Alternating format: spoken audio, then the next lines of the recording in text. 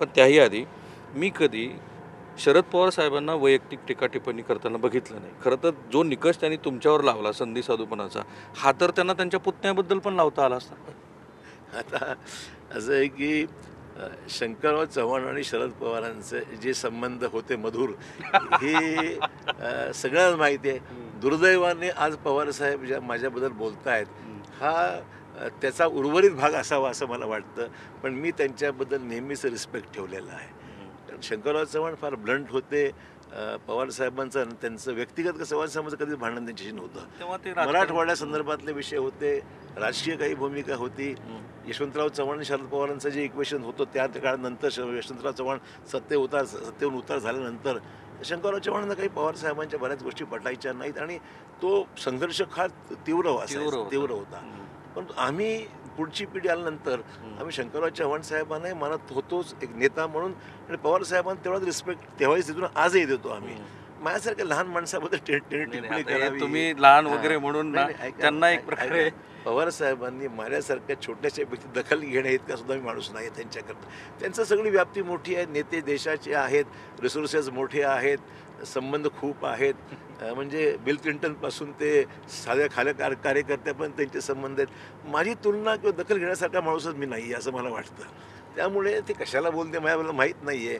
परंतु त्यांच्याबद्दल रिस्पेक्ट माझ्या मनात आहे. फक्त मला एवढीच विनंती आहे, शंकरराव चव्हाणांचे जे काही त्यांचे संबंध होते ते पुढच्या पिढीवर जाऊ देऊ नका. तुम्ही तिथेच ठेवा ते विषय.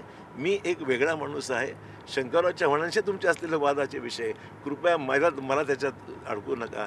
कारण ही काही दुश्मनी का वर्षानुवर्ष पुढे पिढ्यानपिढ्या पुढे चालवायची आहे का? म्हणजे अजित पवारांशी चांगले संबंध आहेत. प्रॅक्टिकल भूमिका आमची आहे. ठीक आहे, अनेक गोष्टी अजित पवारांच्या पटत नसतील, शरद पवारांच्या पटत नसतील, पण बियॉन्ड द पॉईंट आम्ही त्या नेत नाही. राजकारणामध्ये ठीक आहे, आता आजची बदललेली परिस्थिती, अनेक पक्षात वेगवेगळे मतप्रवाह आहेत, पण पर्सनल लेवलला काय जायचं? राजकारणामध्ये पर्सनल लेवलला जाऊन हे जे काही वितुष्टीने वादावाद खाली खानदानापर्यंत जे चाललेलं आहे, मी त्या फेवरमध्ये नाही आहे. पण मी पवारसाहेबांच्या बाजूनं बघतो तेव्हा तो कॉन्टेक्स्ट येतो तो वैचारिक बदलाचा. शंकररावांना खरं तर आज ते नाही आहेत, परंतु तो संदर्भ जो दिला तो त्यांनी पक्ष सोडलाच होता असं सांगण्यापर्यंत पवारसाहेबांचा संदर्भ होता. त्यांच्या असंच आहे की ज्यावेळेस शंकरराव चव्हाण साहेबांना पक्ष सोडून महाराष्ट्र समाजवादी पक्ष काढावा लागला, ते इंदिराजींना भेटले होते आणि शंकरराव चव्हाणांना एमर्जन्सीच्या नंतर पराभव झाल्यानंतर पक्षात कॉर्नर केलं गेलं होतं. आणि असंही वसंतदादा पाटील, शरद पवार हे सगळे एकत्र होऊन शंकरराव चव्हाणांचं उच्चाटन करायचं राजकारण होतं, अशीच भूमिका होती. मग शंकरराव चव्हाण म्हणाले की मग आजच्या या परिस्थितीमध्ये मला पर्याय काहीतरी मार्ग निवडावा लागेल. इंदिराजींची भेट घेऊन त्यांनी परवानगी घेतली, मी पक्ष सोडून चाललेलो आहे, पण ज्यावेळेस तुम्हाला वाटलं की मला सोबत घ्यायचं मी यायला तयार आहे, ही भूमिका घेऊन त्यांनी त्यावेळेस पक्ष सोडला होता. फॅक्ट आहे. त्यामुळे असं की राजकारणामध्ये आपण प्रामाणिकपणे काम करतो. दांडगाईने राजकारण करण्याची प्रवृत्तीची काही लोकांची आहे. त्यावेळेसच्या काळामध्ये शंकरराव चव्हाणांनी ते अनुभवलं. त्याला धक्काबुक्की तुम्हाला माहिती आहे, सुधाकरराव नाईकांना धक्काबुक्की करण्यात आली होती. शंकरराव चव्हाण साहेबांना सुद्धा त्यावेळेस एमर्जन्सीच्या पराभवानंतर पक्ष मिटिंगमध्ये धक्काबुक्की करण्याचा प्रयत्न केला होता. ही काय संस्कृती आहे का राज्याची? आम्ही पाहिलं आहे, मला माहिती काय आहे ते. त्यामुळे हे काही आणि ही सगळी दांडगाई आहे काही लोकांची. ते माझं म्हणणं एवढंच आहे की यातून आम्ही जवळून पाहिलं आहे, हा संघर्ष सगळं अनुभवलेला आहे आणि आमची काम कर ठीक आहे, नसेल पडलं तर आपला मार्ग आपण वेगळा स्वीकारावा. आणि लोक आपल्या शेवटी राजकारणामध्ये लोक आपल्या बरोबर आहे, आपण काय चुकीचं करत नाही आहे, हा जो पण आपल्याला कॉन्फिडन्स आहे तोपर्यंत ठीक आहे. राजकारण चढउतार होत राहतात, माणसाला काही निर्णय घ्यावे लागतात आयुष्यामध्ये. निर्णय घेतले मी आणि I don't repent for that. Okay. पण शंकररावांच्या बरोबर तेव्हा यशवंतराव होते का? कारण यशवंतरावाचे मानसपुत्र म्हणून शरद पवारांना हो सांगितलं. ना, मग शरद पवारांनी सुद्धा त्यावेळेस यशवंतरावजींच्या बाबतीमध्ये त्यांची भूमिका नंतरच्या काळामध्ये कशी होती हे जग जाहीर आहे, मला काही बोलणं उचित नाही. त्याच्यामध्ये दोन्ही मोठी माणसं आहेत राज्यातली.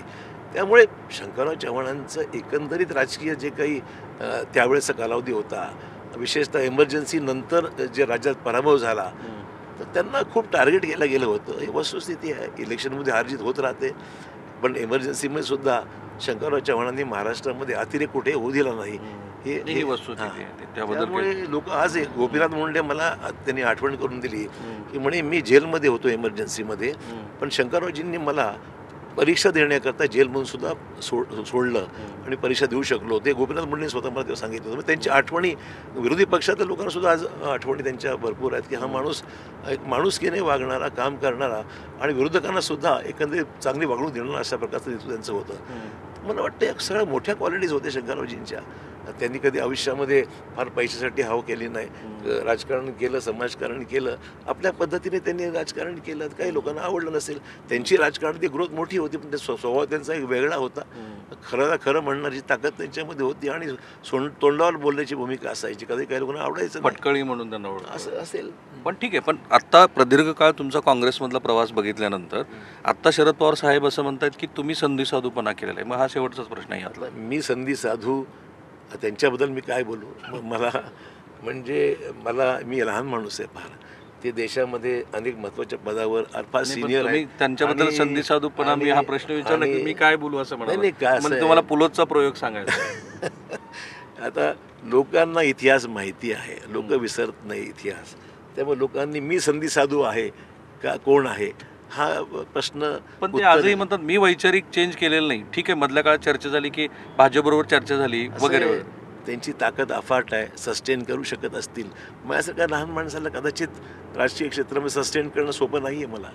माझे निर्णय मी स्वतःचा विचार मी काही विचार करत असताना शेवटी सर्वायवल महत्त्वाचं आहे ना. मुद्दा असा आहे राजकारणामध्ये सर्वायवल महत्त्वाचं आहे. जे काही लोक निर्णय घेत असतील, आपण आहोत तर सर्व आहे सर्वायवलचं म्हटलं राजकीय. लक्षात मला तुम्हाला काय तर सर्वायवल हा त्यातला महत्त्वाचा मुद्दा पण आहे. ही आगतिकता नाही आहे सर्वायवल.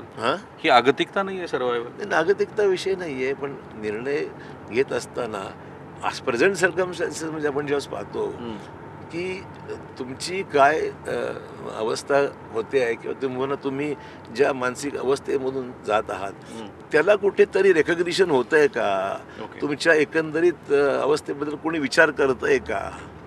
बाकी ज्येष्ठांकडून अपेक्षा काय असते, फक्त एक सहानुभूतीची साथ पाहिजे आणि राजकारणामध्ये एकंदरीत कोणीतरी आपल्याला मागे आपला खंबीर आहे हे गॉडफादर लागतोच.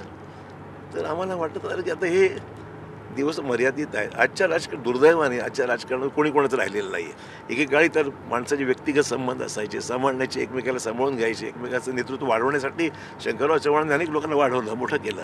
आज ती परिस्थिती नाही आहे दुर्दैवाने.